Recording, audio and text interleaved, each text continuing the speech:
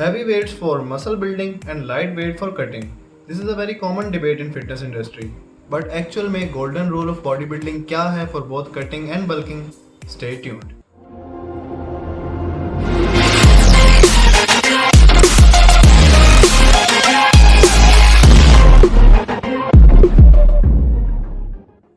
तो अभी थोड़ा सा बैकग्राउंड देखते हैं क्योंकि इस चीज़ को समझना बहुत ज़रूरी है।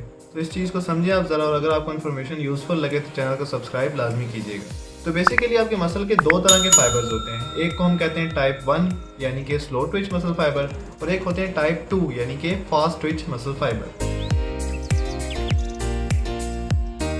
हैवी वेट्स आपके फास्ट ट्विच मसल फाइबर को एक्टिवेट करते हैं which results in hypertrophy यानी कि more muscle growth, और उसके साथ साथ explosive strength। यानी एक तो हैवी एक्सरसाइज करने से आपके मसल की ग्रोथ होगी एंड सेकेंडली आप स्ट्रेंथ बिल्ड कर सकेंगे जिसको हम एक्सप्लोसिव स्ट्रेंथ कहते हैं।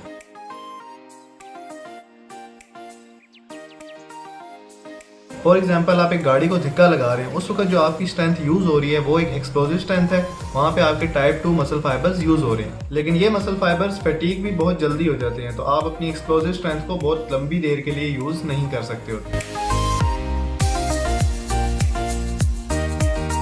Light weights and high reps आपके स्लो ट्विच मसल फाइबर को एक्टिवेट कर रहे होते हैं which result in more muscular endurance यानी कि आपके मसल का long term stamina.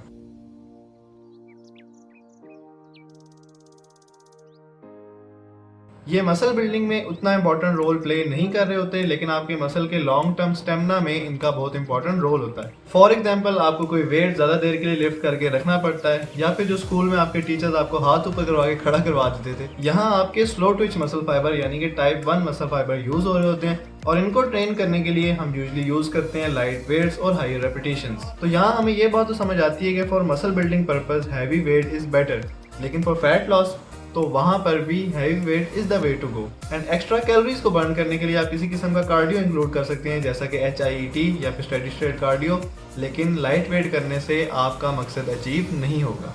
So the question is why. तो इसका जवाब यह है कि जब आप हैवी ट्रेनिंग करना छोड़ देते हैं तो आपके टाइप 2 मसल फाइबर्स एक्टिवेट ही नहीं होते, और जब वो एक्टिवेट ही नहीं होते तो आपका मसल लॉस स्टार्ट होना शुरू हो जाता है। तो आप फैट लॉस के साथ अपना एग्जिस्टिंग मसल मास भी लूज करना शुरू कर देंगे, और इसके अलावा मोर muscle mass promotes more fat loss. अगर आपका मसल मास ज्यादा होता है तो आपको फैट लॉस करने में ज्यादा आसानी होती है, तो इसीलिए heavier weight is the way to go. तो इसीलिए even while cutting training heavy is important. So in a perfect scenario to build muscle और lose fat and also build strength and stamina at the same time, the golden rule is कि अपनी compound movements पे हमेशा heavy weight use करें और उनको workout के start में रखें, और अपनी जो आइसोलेशन एक्सरसाइजेज हैं उन पे आप लाइट वेट यूज करें और उनको आप towards the end of the exercise perform करें। For heavier weights, you should be failing between 8 to 12 repetitions, and for light weights, you should be failing between 12 to 15 or even 20 repetitions. यहाँ failing से मतलब ये है कि आप एक भी और rep proper technique के साथ perform ना कर सकें। And इसके साथ साथ every once in a while आप 2 से 4 repetitions यानी कि even more heavier weight भी introduce करवाएं अपनी compound movements में to build that explosive strength. So have a great start to this post-lockdown season, and don't forget to subscribe to this channel for regular and authentic fitness videos and entertaining vlogs.